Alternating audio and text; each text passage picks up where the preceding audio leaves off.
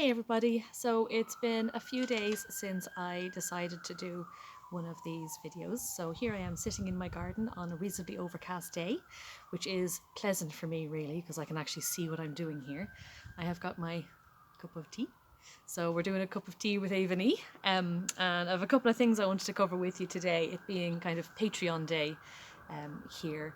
I have decided to sit in this garden because at the moment absolutely nobody is mowing their lawns and there's lots of lovely birds around me, and I thought that might make a nice backdrop for the sound, but now I'm hearing a siren off in the distance, so I hope you guys can't hear that so badly.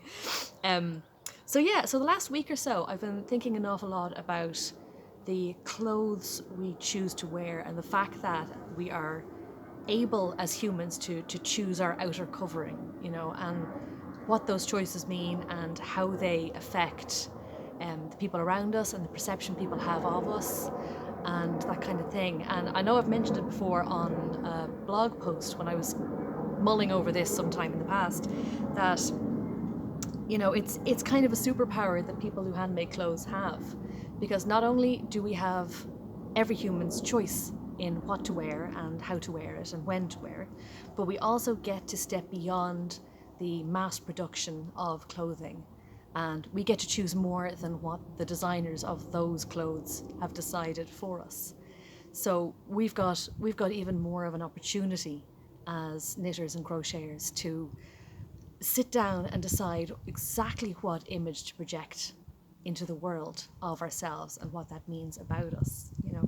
So every time you wrap something around yourself, or every time you choose a color, or every time you modify a pattern, even, that is you putting a unique individualistic touch on the notion of clothing yourself and projecting a certain image into the world. And I kind of think that's quite the responsibility, really, as well. It's quite the superpower. Maybe not be up there with all the Marvel heroes. Clothing woman doesn't exactly sound all that powerful. But when you think about it, we do get to do that when others don't. And it is because of the skills that we have inherently, or the ones we have developed and worked on over years and decades, and that kind of thing. So I think it's worth considering next time you decide to do a new project, to think about it in terms of yourself and what it will say about you, you know. Um, I know a few years ago I ended up making a jumper for myself that was multicolored, and it was I haven't really taken photos of it. It's inside. It's like these beautiful, vibrant colors, color work, neckline. It's a knitted jumper, if you'll forgive me for a second with that. But it was something I made at the lowest point in my depression, and when I hadn't yet started going to therapy and that kind of thing. And I remember mentioning it to my therapist, and he said, "Oh yeah, you were just doing." It was color therapy. It was projecting something you may not have felt, but that you perhaps wanted others to think you were feeling, and that maybe their attitudes towards you would change and become more positive, and the environment around you would change, and that kind of thing. So it is interesting, I think, to consider what that shell can do for ourselves as well as for the people around us as well. But um, then I started reading up on, because of course I did, on the history of laws in Ireland in relation to the type of clothing that people were allowed to wear.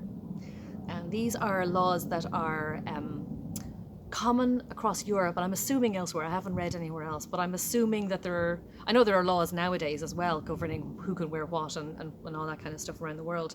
But these laws in particular I'm reading up on were called the sumptuary laws, and they governed both clothing and food and consumption of delicacies and that kind of thing.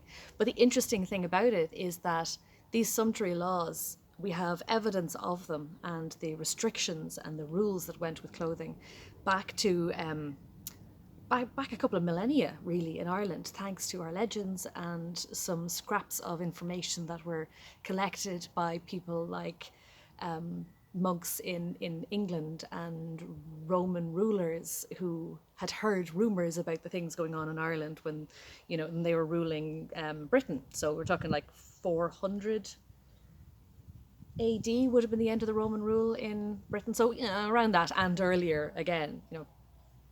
And a lot of them had to do with the colours that were allowed to be worn by certain people, and the quantity of colours that were allowed to be worn by certain levels of the hierarchy. So I was just reading a book there as well, which is giving me the information, which is kind of what I wanted to talk to you about. There were rules where if you were a slave in super early Irish society, before Christian era, we're talking mad, proper Celtic times here. If you're a slave, you were only allowed to wear one colour at a time. If you were let me see, what was the next one up? I think some sort of citizen anyway, you were allowed to wear two. If you were a soldier, you were allowed to wear three. If you were a professional person, if you were like a lawmaker or a bard who's a type of songwriter or a poet or that kind of thing, you were allowed to wear four. If you were a local lord, it was 5 and 6, and I think it was for the king and queen, you were allowed to wear 7 colours simultaneously. And I think that's spectacular. I mean, it's an amazingly interesting way of denoting your place in society. But again, it also shows that, they at least had 7 distinct colours that could be dyed from the stuff around them, and I think that's kind of cool in and of itself. And there are suspicions as well, for the record, that these rules from a couple of millennia BC were the origins, sorry Scottish people, of tartan.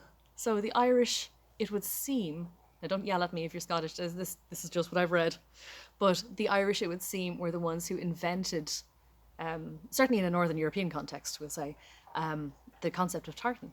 And while it didn't denote certain families as it came to denote in Scotland, it would have denoted a certain hierarchical place in Irish society, which I think is kind of cool, So like, next time you want to feel like a king or a queen, just wrap yourself up in as many colours as you can and strut around town, which I think is kind of awesome. So that's kind of what I've been thinking about, colours and what they mean in society and what they did mean in society in the past.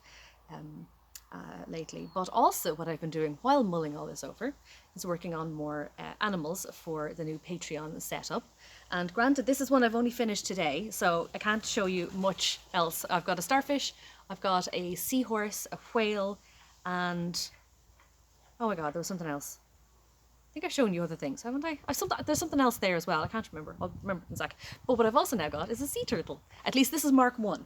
So he's not quite right yet. The notion here is that I do one up, I write it all out, I see how it fits together, and then I rewrite the pattern based on the changes I want to make. And this is my little sea turtle. Look at him. Look at him go. Look at his little face. Sorry, I'm just way, way too happy about this little guy, I gotta say. So he's got lots of little segments. He's got a nice different textured tummy on him there. He's got a little face that looks a bit like a gecko. But I kind of like it anyway. I might leave it that. That's a little face. He's going to have big eyes on either side. And he's got a little disgruntled mouth. He's got his little flippers out the front to bring him along.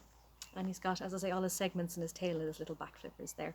So he's not wide enough. That's the problem with this guy, as far as I'm concerned. He needs to be wider out this way. So I'm going to add more to these segments out the edge here to give him a bit more of a circular look. Because I think that actually, while fairly anatomical, probably isn't as cute as it could be for an actual toy, But that's my little sea turtle. Thought I'd show you guys. So today is Patreon day as well, for the record. So this kind of signifies the Patreon post that I'm going to be sticking this up later. So yes, this is going to be the paid post essentially, and I think I'm going to start doing that, do a bit of a roundup on video for the paid post at the end of the month. At least that's what I'm thinking of doing. So tell me what you think. So this will activate your pledges. And then next month I'll be doing all the gifts, obviously the same way as always. The next set of pledges will be where little sea turtle here and the whale and all the rest will start coming into it every month. So I'll be giving plenty of runway so people can decide what tier they want to stay on, what tier they might prefer to be on, and that kind of stuff. I'm going to simplify the whole thing down. Maybe only 2 or 3 options or thereabouts, just so it's all a little easier to manage when I'm putting this much effort into the patterns every month. So I hope you're all well. I haven't touched my tea, but it's been nice having it sitting beside me regardless. If you have any thoughts on clothing as well, let me know down below. I haven't even touched on the notion of clothing for women and feminism and what that entails, and that's a hell of a thorny issue, I think. So I'd love to have your thoughts on that as well. But in the meantime, everybody, I hope you're well. I hope you're crocheting happily, and I will see you again soon. Thanks for watching.